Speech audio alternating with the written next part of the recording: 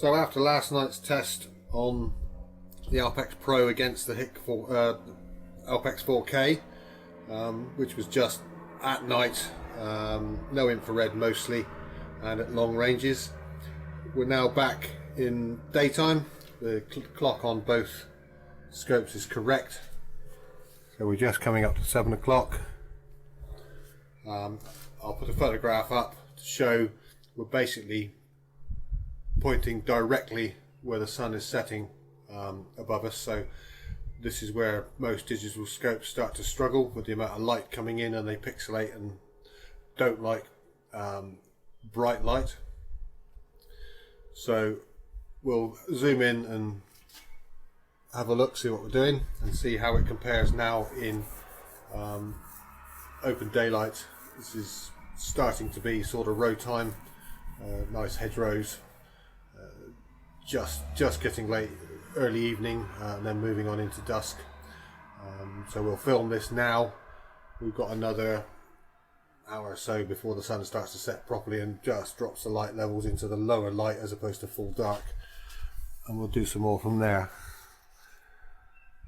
So as I say, we're looking out the 4K. I've got the iris fully open on night mode at the moment, so the full 41mm lens. As you can see, we're on minimum magnifications on both. The greens in the Pro are more vibrant. You can see I've named the ballistics profile on this Alpex Pro. It is actually running the same ballistics as the 6.5 110 grain that I've got on the 4K, so it should give similar drops, and obviously the Pro gives a windage call as well. So we've got the hedgerow out there, 300 yards. I've activated the horizontal distance. Some people struggle because if you turn it off, it shows the range in red, which some people find difficult to read against certain backgrounds. If you turn it on, it gives you a range in white, which might be easier to see. It doesn't matter whether you turn it off or on, it just shows that range. It actually uses the angle measurement for calculations of drop anyway. So we've got a 10-inch drop on one and a 7.2-inch drop on the other. That's probably due to the fact that there's a slightly different scope height in the Pro, because the scope mounts I have it on are higher. So we're on minimum magnification. We can come down here. Again, I haven't focused anything yet at any particular distance. I think it's focused quite close. But with the minimum magnification, it gives you a reasonable depth of field. A little bit blurry out there, but that's on both scopes anyway. So if we come down to about here, which is my sort of minimum distance, 39 yards, 40 yards give or take.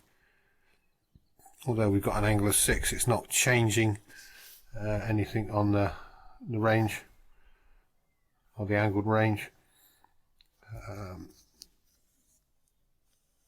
So if I blur this one in out on the focus,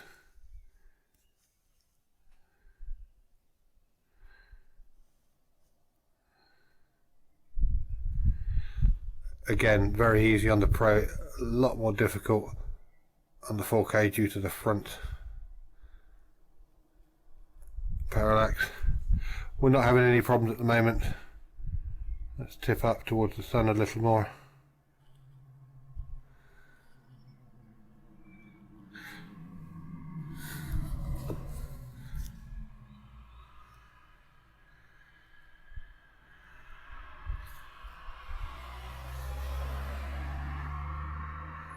Obviously that cable is right in front of me, to be honest. The Pro's picking it up. I'm assuming the 4K it isn't in the viewfinder. And back down again. You can see how it adapts as the light changes. So let's go for that gap in the hedgerow there. I am on a tripod, but it's not a particularly good one. It's just a very old basic camera one. It's a little bit wobbly even when all the ball head is locked up. So what we got here, 297, 296, 10 inch and 6.9. Okay. The windage cooler 3 inches is I have a setting of still of 10 mile an hour full value, so 3 o'clock right to left. And as you can see, it's moved it off. Let's zoom in on the Pro. To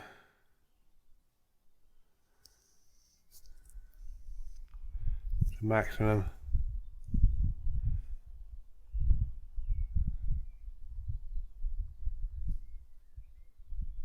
Around about there. Pretty good. Not really pixelating. You can see the sun on the leaves is very bright, and that would normally cause some problems. Right, let's try the same on the 4K. Again, difficult to focus. One, because it's at the front. Two, because I'm reaching over 2 scopes to get at it.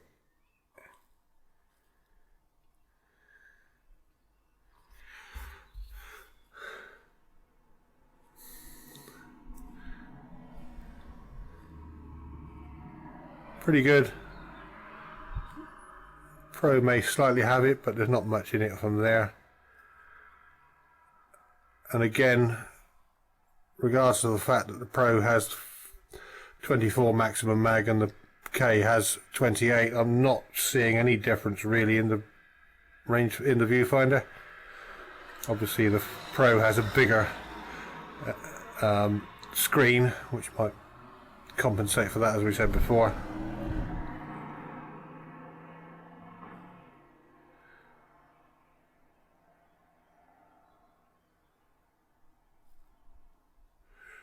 So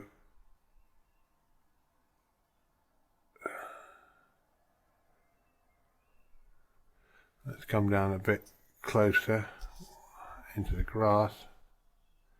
124 yards,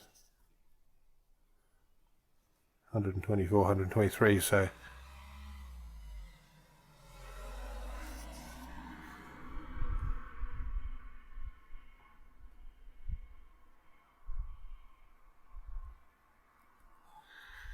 nice and clear. Right.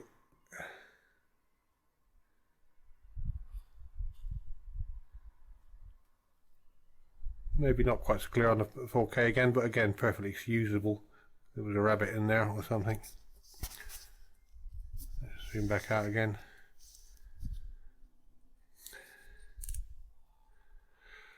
On the zoom function of the Pro, because although it's a ring like a normal scope, it's still an electronic switch really, so it zooms in at a fixed speed, so if you turn the ring quickly it takes a little while for the zoom to catch up.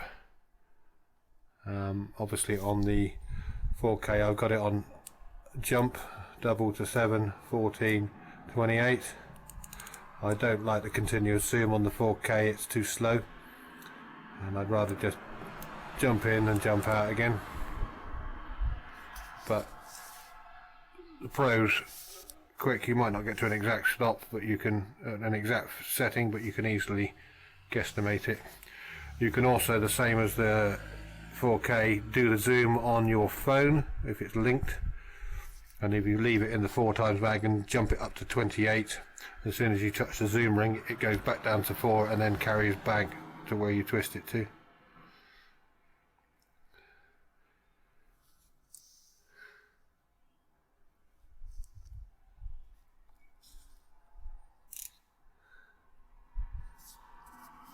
Right.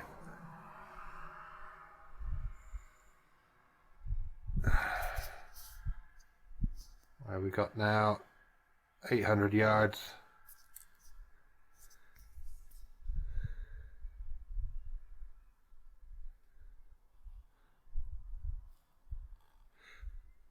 definitely, the Pro's definitely pulling back now with better image.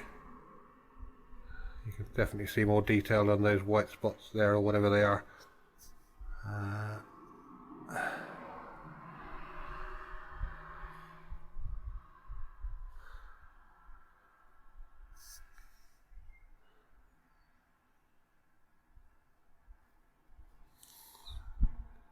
So that would be easier to pick out a row sitting under the hedge there. There's what we thought might have been something yesterday on the night one. It's actually a pheasant feeder, which again is easier to see both sides in the Pro, not so much in the 4K.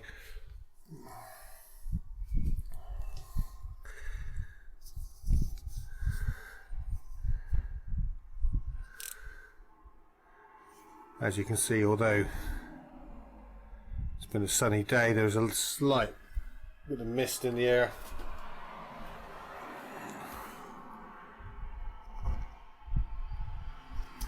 Oh, there's me trying to change the zoom by twisting the turret, same as on the 4K, due to muscle memory. And there's definitely more vibrant colour now coming in the Pro than the 4K.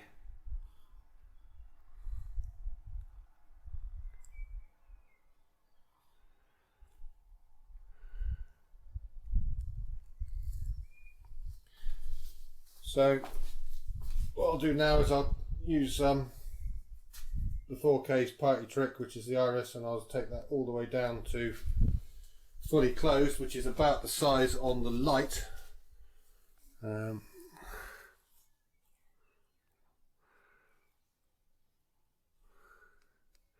Which is supposed to be for bright sunlight.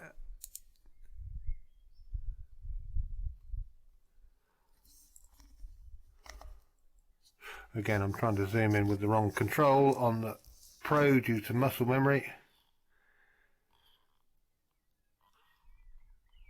So you're definitely getting a better picture through the Pro.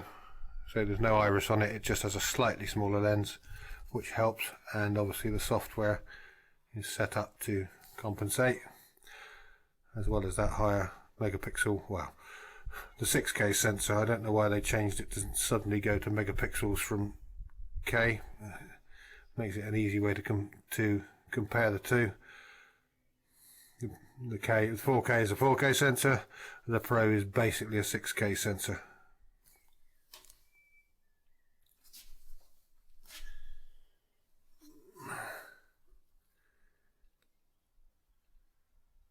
So if we open the iris up a little bit,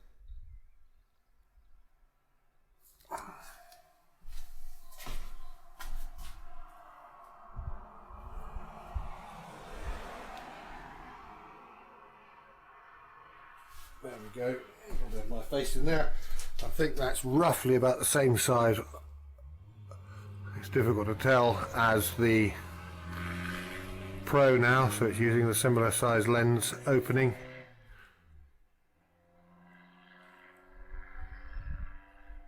And the Pro definitely on that hedgerow, they're actually giving detail on this side of the hedge, whereas the 4K is just showing shadow.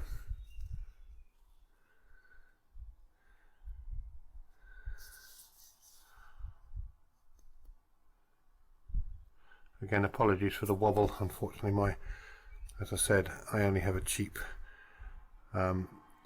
old photographic tripod, which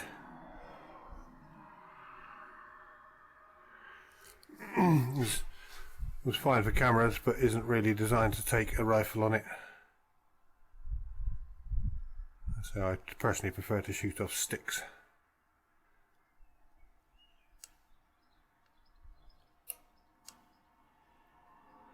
So yes, let's say there's definitely a more vibrant and image from the Pro in daylight, especially this bright sunshine we're aiming at.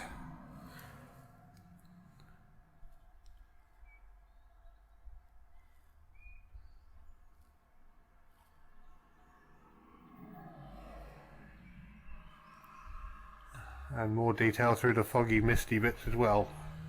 Again.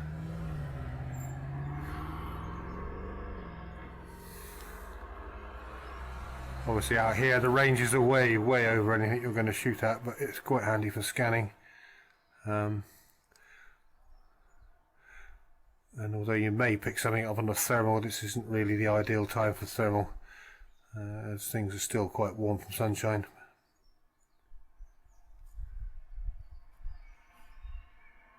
So yeah, okay, so the Pro lost long range dark, but I think it's won the full bright daylight. So next we'll wait for the sun to drop a bit more, and then we'll try this hedgerows when we're in the prime deer time, which is your last hour after sunset.